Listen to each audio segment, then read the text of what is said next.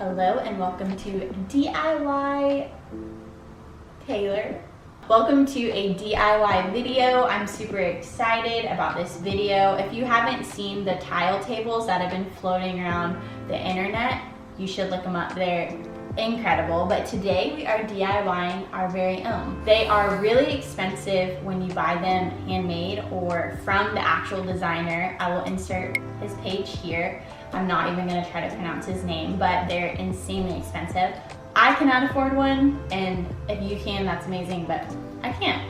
So we're gonna make our own. You might have also seen them on TikTok. There's a lot of people that have been making them on TikTok. They make these beautiful cubes where you can like paint your own tiles and do whatever color you want, and those are amazing too. So let's DIY. First thing you're gonna need is tile adhesive. We got the 1 gallon. It is so much, we're probably gonna have extra, but they have a really tiny one, or this was the next size up, and for the videos we watched, they ran out of the little one really fast, so we got the big one. Second thing you're gonna need is your grout. I picked the non-sanded. It's kind of the more grittier look. If you pick the sanded, it's more smooth. Then float for the grout whenever you're smoothing it. A sponge for the grout to wipe it off. A bucket to mix your grout in, 2 by 2 inch tiles. We did all the math on our table beforehand to see how many we needed. It was a lot of work, but make sure you do that. I picked these up at a tile store in LA, but you can also get them online. I paid about $2.50 per sheet of these, and I also went to a different store that tried to charge me $6.99, so you can find these for really inexpensive. You're gonna need an adhesive spreader majigger. I think it's called an adhesive spreader. It's like, so whenever you take it out and put it on your furniture and you slap it on, you can kind of get it on there. And then that leaves the last thing you need, which is a trowel. So this is a adhesive trowel. It's so you can get the texture that you want when you're spreading your adhesive on your furniture. I went to 3 places for all of my things. I got all of these like goodies at Home Depot. I got my tile at a local tile store, and then I got my furniture, which is, what is it called? I got my desk that I'm using to tile off of Facebook Marketplace. Yeah, let's get to it. You're gonna watch us make our table? Yep. We laid down an old blanket that I didn't care too much about, but you can use like cardboard or whatever you think. We have all our tools ready, howdies ready. And then we are gonna start with the side first. So we have our sexy piece of furniture laying up on its side. Okay, so after we got our workspace ready, we're now measuring out the tiles a little bit, and we're gonna start cutting whatever tiles we need to. You can do this before you start or however you wanna do it, but just make sure you measure, because for instance, our piece is definitely not like a good size piece of furniture, so ours are kind of gonna, you know, not line up perfectly, so we need to figure out before we go out and start and get excited and lay everything down. So next step, just make sure you measure out all of your tiles. Cut where you need to. Cut where you need to. Measure twice, cut once. Okay, we got all our measurements, but sadly our table is not perfect for this DIY, so we're gonna have a little gap. We're just praying it. A little baby gap. Praying it looks not like the worst thing ever, so we'll figure it out. If you're seeing this video, it probably turned out pretty okay. Okay, let's start tiling. First, grab your adhesive, and then grab your adhesive spreader and start by spreading it super thin. You don't want to go too thick because you will get these lumps, and you're gonna have to go in by hand after and get them out. The adhesive part is kind of like the glue of the tile, so you're laying the adhesive down and then you're putting the tile over top, and it will dry and keep your tile upright. So like I said, we went ahead and pre-cut the tile, so we already had the single strips laid out, and then we had the huge big pieces of tile, and we just laid the adhesive and then laid the tile down. Also, I wouldn't press too hard on the tiles, because if you have to go make any adjustments, they'll be pretty snug on there. So pro tip, definitely wait until it's fully done to press down as hard as you can. And then once we did one side, we flipped it over and did the whole top.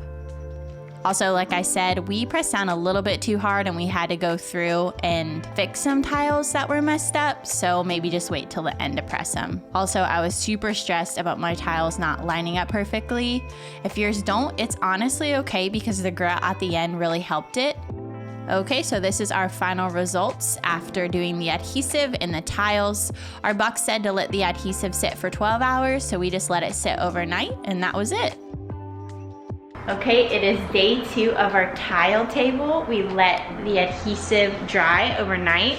So now these are all ready to go. And we are about to start grouting. That is pretty much like the second step. I feel like with tiling, the first part is the tile and the adhesive, and the second part is the grouting. So we let it dry. We are now going to use a razor blade and get out all of the chunks of the adhesive that are not supposed to be there. So like little ones are okay. And then after that, we will mix the grout and start grouting. Okay, so this is when I went in by hand and used my knife to get out all the big clumps of the adhesive. That's why it's so important that you try to do it as consistent as possible, or else you're gonna have to do this too. So then we went ahead and started mixing our grout. Our first batch was way too thin, so we actually redid it, but the box said that the grout needs to be a peanut buttery consistency, so make sure you aim for that. So we redid it, and this is more of the consistency that you wanna see. Ours was actually a little bit too thick, but we just added some more water and it was perfect. So then you're gonna wanna take it and put it on your float, and then you're gonna start laying it down on your tile. Now when you do this, you're gonna wanna make sure that you hold the float at a 45-degree angle and put it on diagonally and go over it like 3, maybe 4 times, however much you think you need in order to get into all the cracks. Then if you wanna switch up directions, you can, making sure every single crack is filled. But just make sure to keep it at a 45-degree angle. And then when you wanna pick up the excess grout that's kind of just sitting there, make sure you hold your float at a 90-degree angle. So we obviously didn't do the whole table at once. You're supposed to do it in sections and let the grout sit for about 15 to 30 minutes. Once it's at its time to harden and kind of set a little bit, you want to take a bowl or a bucket, whatever your heart desires, and fill it up with warm water.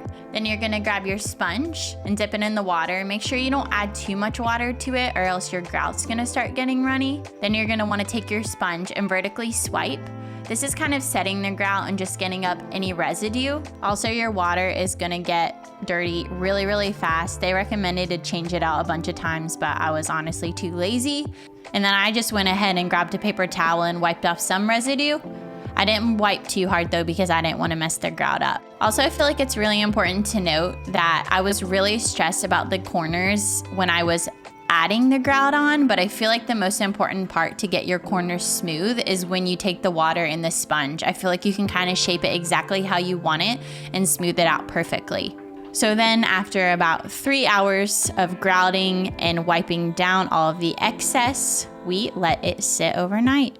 So this is what it was looking like the next day. I was super, super stoked. There was one little tile that fell that I was really upset about, but it was looking great.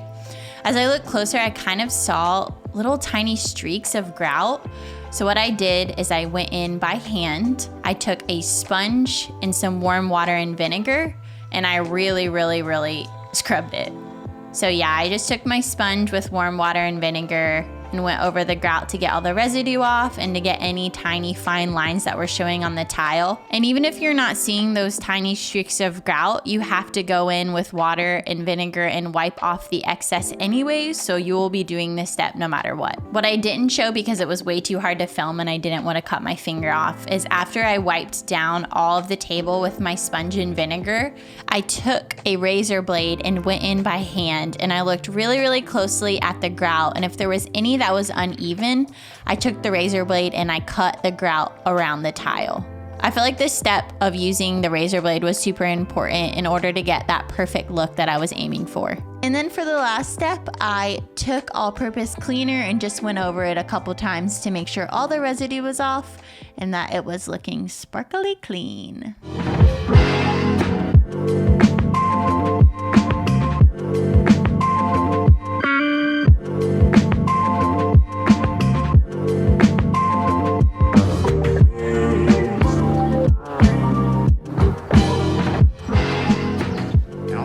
Here it is. Patty is our showroom model.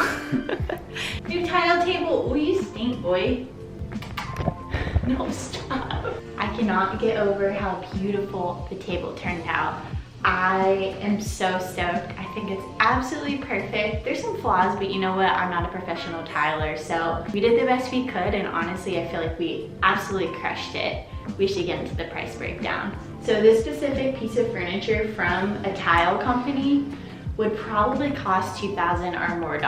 And for me, this is what I spent. So I found this piece of furniture on Facebook Marketplace for $30. It's an old retired IKEA piece of furniture. I wish I could tell you what it was, but I definitely don't think they have it anymore. So 30 bucks. Then all of the ingredients for the tiling that I got from Home Depot came out to $58. And then I bought 2 boxes of 2x2 tile from a tile store here in LA, and that came out to $54. So all in all, I spent $142 on this table over the course of 3 days and probably about 6 hours of work. So if you do the math, I saved $1,858. Ain't that something? Chef's kiss. My fiance and I had a lot of fun doing this project. It was a lot of work, but it was so worth it. So I really hope you love this video. If you use it to make a project, please let me know. I would love to see the end results. I feel like I worked really hard to be as clear as possible. And I feel like a lot of videos didn't really, like they helped, but they weren't what I needed. So I hope that my video could be what you needed in order to get your perfect, awesome, banging piece of tile furniture. I hope you liked this video. If you did, give it a thumbs up. If you have any questions while you are tiling, please let me know. I will try to comment and get back to you, but we learned a lot and I feel like I'm pretty knowledgeable and I cannot wait to make another piece of furniture. Okay,